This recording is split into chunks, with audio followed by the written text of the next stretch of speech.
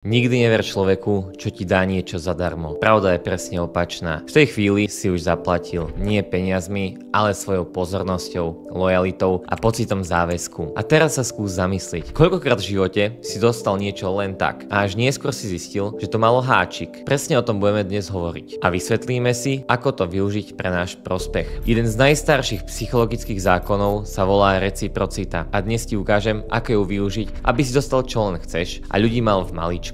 Reciprocita je mechanizmus, ktorý máme všetci zakódovaný v mozgu. Funguje takto. Keď ti niekto niečo dá, okamžite cítiš potrebu to oplatiť. Predstav si, že ideš po ulici a cudzí človek ti podá malý darček. Možno nestál ani cent, ale tvoj mozog hneď zapne podvedomý program. Dostal som dar, musím niečo vrátiť. A to niečo môže byť čokoľvek. Úsmev, drobné mince, podpis na petíciu, dokonca aj zmena názoru. A tu prichádza trik. Hodnota daru vôbec nie je podstatná. Naša myseľ nerieši cenu. Ona si zapíše gesto a ten zápis je silnejší, než si myslíš. Presne toto využívajú aj politici. Usmejú sa do kamery, rozdajú darčeky, sľúbia granty a benefity a zrazu sa cítiš, že im niečo dlhuješ. Možno im dáš hlas vo voľbách, možno ich obhajuješ pred kamarátmi, možno im začneš odpúšťať veci, ktoré by si iným nikdy neospravedlnil. A všetko to začalo tým, že si raz dostal od nich niečo zadarmo. Obchodníci tento trik ovládajú dokonale. Vieš tie ochutnávky v supermarketoch. Dáš si kúsok syra a o 5 minút máš celé balenie v košíku. Nie preto, že by to bol najlepší syr na svete, ale preto, že tvoje podvedomie kričí: dali mi niečo zadarmo, musím im to oplatiť. Alebo online marketing. Stiahneš si e-book zdarma, povieš si: veď nič som nezaplatil, ale teraz si ochotnejší otvárať ich maily, klikať na odkazy a nakoniec možno kúpiš ich kurzy za stovky eur. A presne o to im šlo. Reciprocita sa však netýka len politiky a marketingu. Funguje aj medzi nami v každodenných vzťahoch. Možno máš kamaráta, ktorý ťa stále pozýva na drinky alebo ti pomáha. Najskôr si povieš, že je štedrý,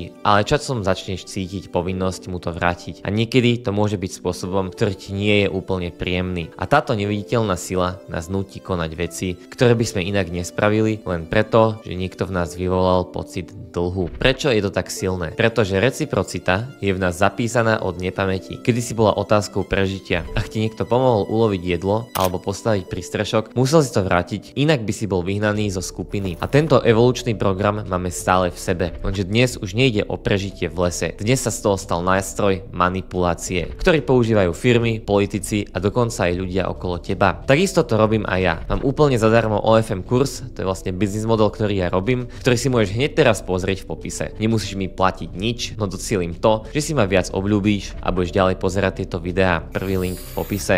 A tu prichádza najväčší problém. Keď niekto, kto ti dal dar, spraví chybu alebo niečo zlé, tvoje podvedomie ti nedovolí ho jednoducho odmietnúť. Cítiš, že by to bola zrada a tak začínaš ospravedlňovať, brániť, prehliadať. Hovoríš si: veď on pre mňa niečo spravil. A ani si neuvedomíš, že už si v pasci. Takto sa buduje moc. Nie silou, nie prejavmi, ale drobnými gestami, ktoré si zapisuje tvoje podvedomie. A teraz si polož otázku: kedy naposledy si prijal niečo zadarmo a až potom si zistil, že ťa to zaväzuje. Možno to bol darček od kamoša, možno drobnosť od školy, možno len obyčajná láskavosť od známeho. Koľkokrát si potom konal inak, než by si chcel, len preto, že si sa cítil byť dlžným. Aby som ti to ešte viac priblížil, existuje slávny psychologický experiment v 70. rokoch, kde jeden vedec skúmal, ako silno pôsobí reciprocita. Posílal ľuďom vianočné pohľadnice, úplne cudzým ľuďom, ktorí ho vôbec nepoznali. A vieš, čo sa stalo? Väčšinou mu odpísali. Cítili sa povinní vrátiť gesto, aj keď nemali tušenie, kto im písal. Toto je sila reciprocity. Nemusíš človeka poznať, nemusíš s ním mať vzťah. Stačí jedno gesto a už si v dlhu. Víš, aké nebezpečné to môže byť, a predsa sa tomu nedá úplne vyhnúť, lebo sme na to nastavení. Čo teda môžeš spraviť? Odpoveď je jednoduchá. Uvedomiť si to. V momente, keď ti niekto niečo dá, zastav sa a spýtaj sa: je to naozaj nezištné, alebo je to investícia do toho, aby ma raz ovládol? Samotné uvedomenie ti dáva silu rozhodnúť sa vedome. Reciprocita sama o sebe nie je zlá. Ak je úprimná, posilňuje priateľstva, vzťahy a spoluprácu. Ale ak ju niekto používa ako manipuláciu, môžete dostať tam, kde nechceš byť. Preto si pamätaj, nič nie je zadarmo. Každý darček, každý úsmev, každá malá láskavosť je často iba prvá splátka, ktorú od teba raz budú chcieť späť,